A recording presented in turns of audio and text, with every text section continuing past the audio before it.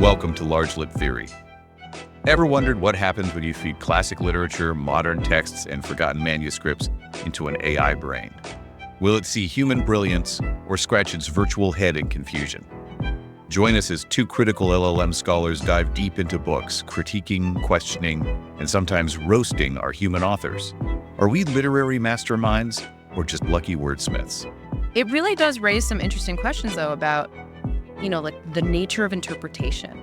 Can an AI really grasp something like the emotional weight of a novel? That's kind of what the show's all about. We're not shying away from the big questions. Tune in to find out and maybe learn something about how AI interprets our stories. All right, folks, get ready for a deep dive that's a little different than our usual fare. Yeah, this one's coming straight from the listener mailbag. That's right. One of you intrepid explorers requested we take a swing at a true comedy classic. Abbott and Costello's Who's On First? Now, I gotta admit, when I first saw this request, I thought, Are we really going to dissect a joke? exactly. But you know what? I'm actually really excited about this one. Me too.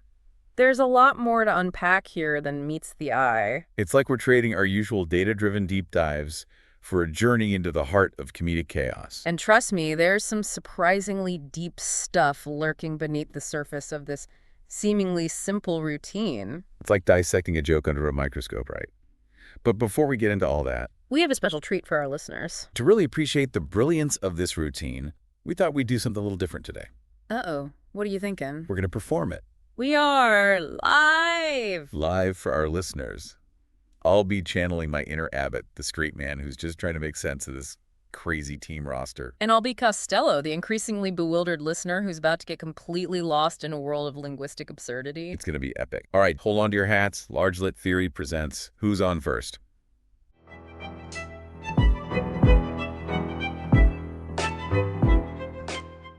Well, Costello, I'm going to New York with you. Bucky Harris, the Yankees manager, gave me a job as coach for as long as you're on the team. Look, Abbott, if you're the coach, you must know all the players. I certainly do.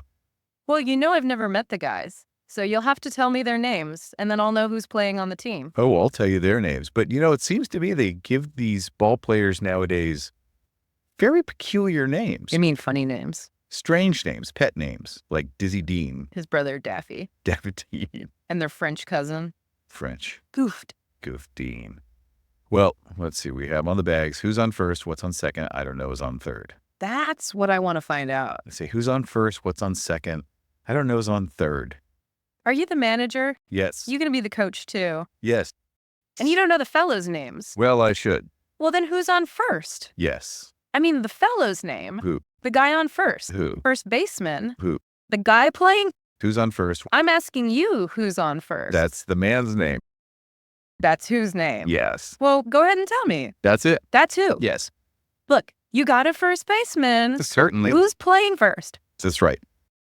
When you pay off the first baseman every month, who gets the money? Every dollar of it. All I'm trying to find out is the fellow's name on first base. Who? The guy that gets...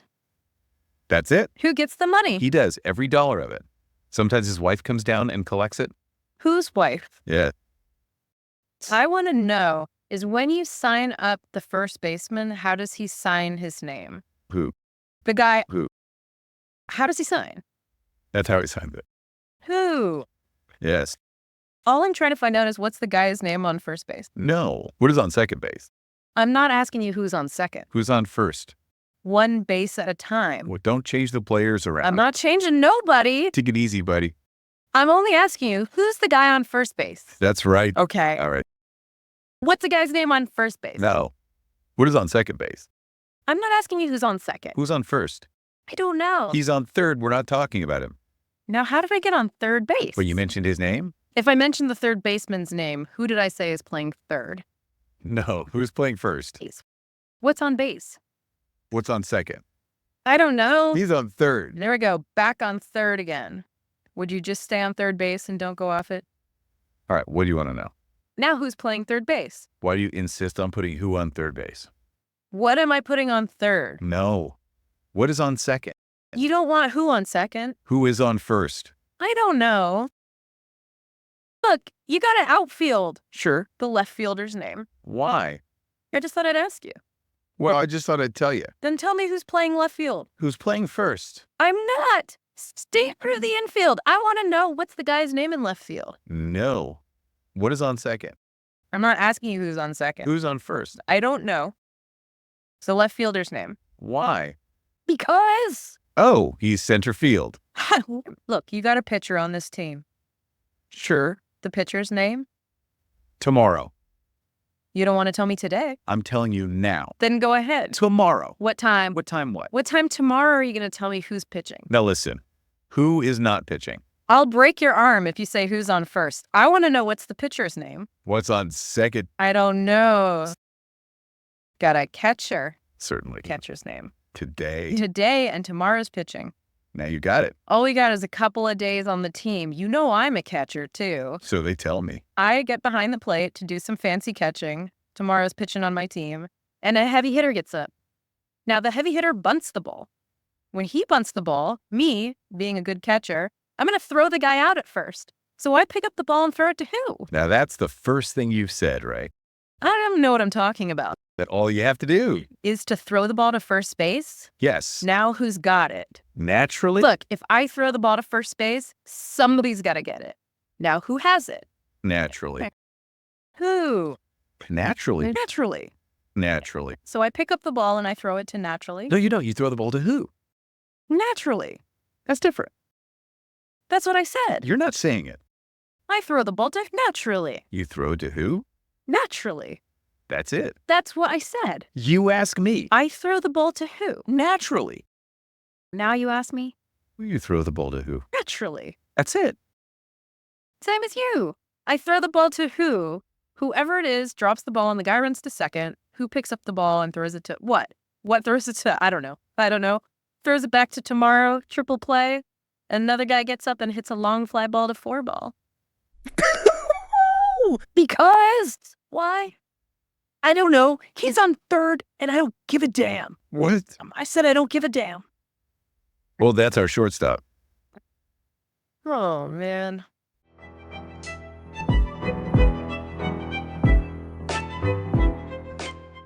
You really nailed that Abbott energy. Well, I have to admit, I've always kind of identified with Abbott a little bit.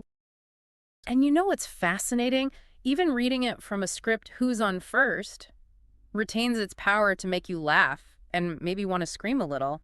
Trying to keep up with that wordplay is like running a marathon in a maze. It's this perfect storm of linguistic chaos delivered with impeccable timing. How about we break down some of those comedic techniques that make this routine such a masterpiece?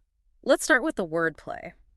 Abbott and Costello are essentially playing a linguistic shell game, right? Wait. They take these simple everyday words What? I don't know. and turn them into weapons of comedic destruction. It's like watching two verbal jugglers tossing these words back and forth faster and faster until you're completely dizzy with confusion. And the audience is right there with Costello, experiencing that frustration firsthand. It's almost like a participatory form of comedy. You can't help but try to untangle the knots in your own brain as you're listening. And that's where the brilliance of the straight man in full dynamic comes in. Abbott, playing this seemingly patient explainer, is really just a comedic puppet master leading Costello further and further down the rabbit hole. Exactly. And Costello, with his impeccable, bewildered charm, becomes the audience surrogate, embodying that universal feeling of, it's a dynamic that's as old as comedy itself, but Abbott and Costello elevate it to an art form. It's like they're playing a comedic tennis match with the audience caught in the crossfire, laughing along with every volley. And speaking of volleys, the pacing in this routine is incredible. Oh, yeah. It's like a runaway train gaining momentum with each repetition building toward that inevitable comedic crash. And the pauses.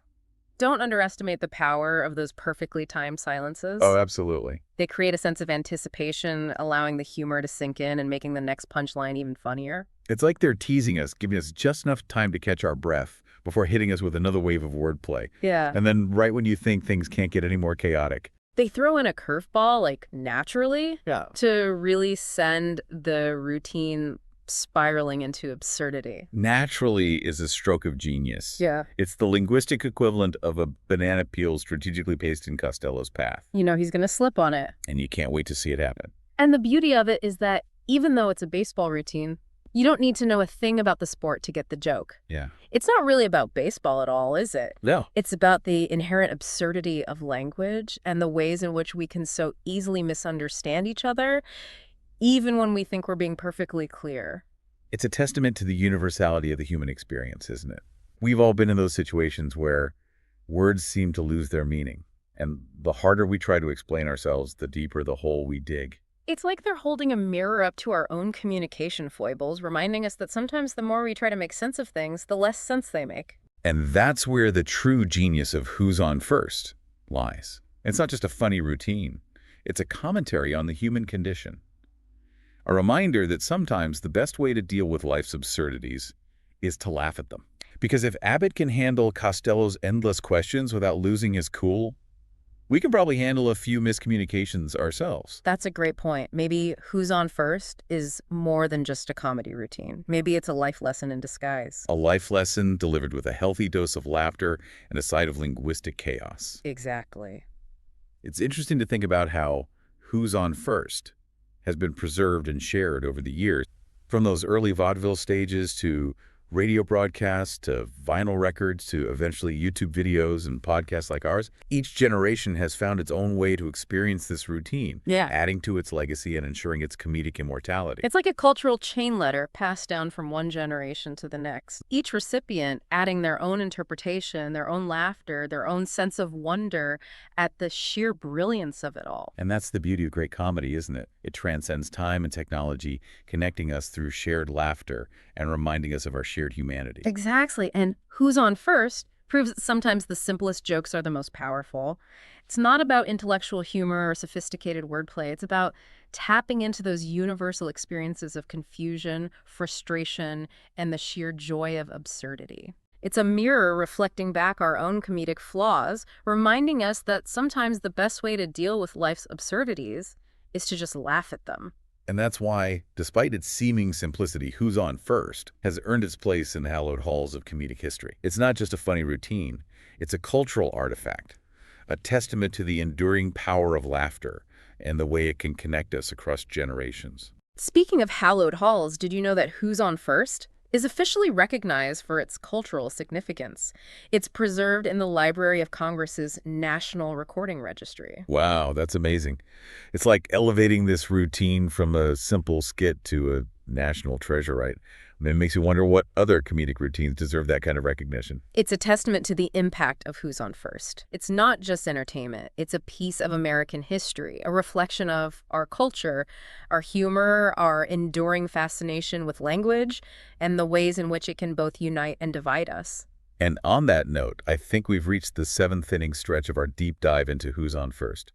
We've explored the rhythm, the pacing, the historical context, and even the philosophical implications of this seemingly simple routine. But the game's not over yet. We still got one more inning to play, and trust me, it's going to be a grand slam of insights. So before we call it a game, let's talk about the legacy of Who's On First.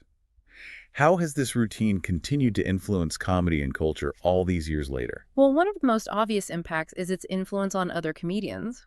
Countless performers have been inspired by Abbott and Costello's wordplay and their masterful use of timing. Yeah, I mean, you can see their fingerprints all over comedy duos throughout history, from the Marx Brothers to Laurel and Hardy to, dare I say, even modern-day pairs like Key and Peele. Absolutely. And it's not just about direct imitation either. Who's On First has become part of the comedic DNA, a touchstone that informs how we think about humor and how we craft jokes. It's like they created a whole new genre, the comedy of miscommunication, where the humor comes from the gap between what people say and what they mean. Precisely. And that's something that transcends generations and cultures. We've all experienced those moments where words fail us, where we're trying to express something, but it just comes out all wrong. And that's where the true genius of Who's On First lies. Yeah. It taps into those universal experiences of confusion and frustration, and it allows us to laugh at them. We can step back, recognize the absurdity, and just enjoy the ride. And speaking of enjoying the ride, one of the things that's always struck me about Who's On First is its sheer replay value. You can watch it over and over again, and it never gets old. Oh, totally. Every time I hear it, I pick up on some new nuance, some subtle shift in timing or delivery that makes me laugh all over again. It's like a finely crafted puzzle where every piece fits perfectly, and yet the overall picture remains delightfully nonsensical.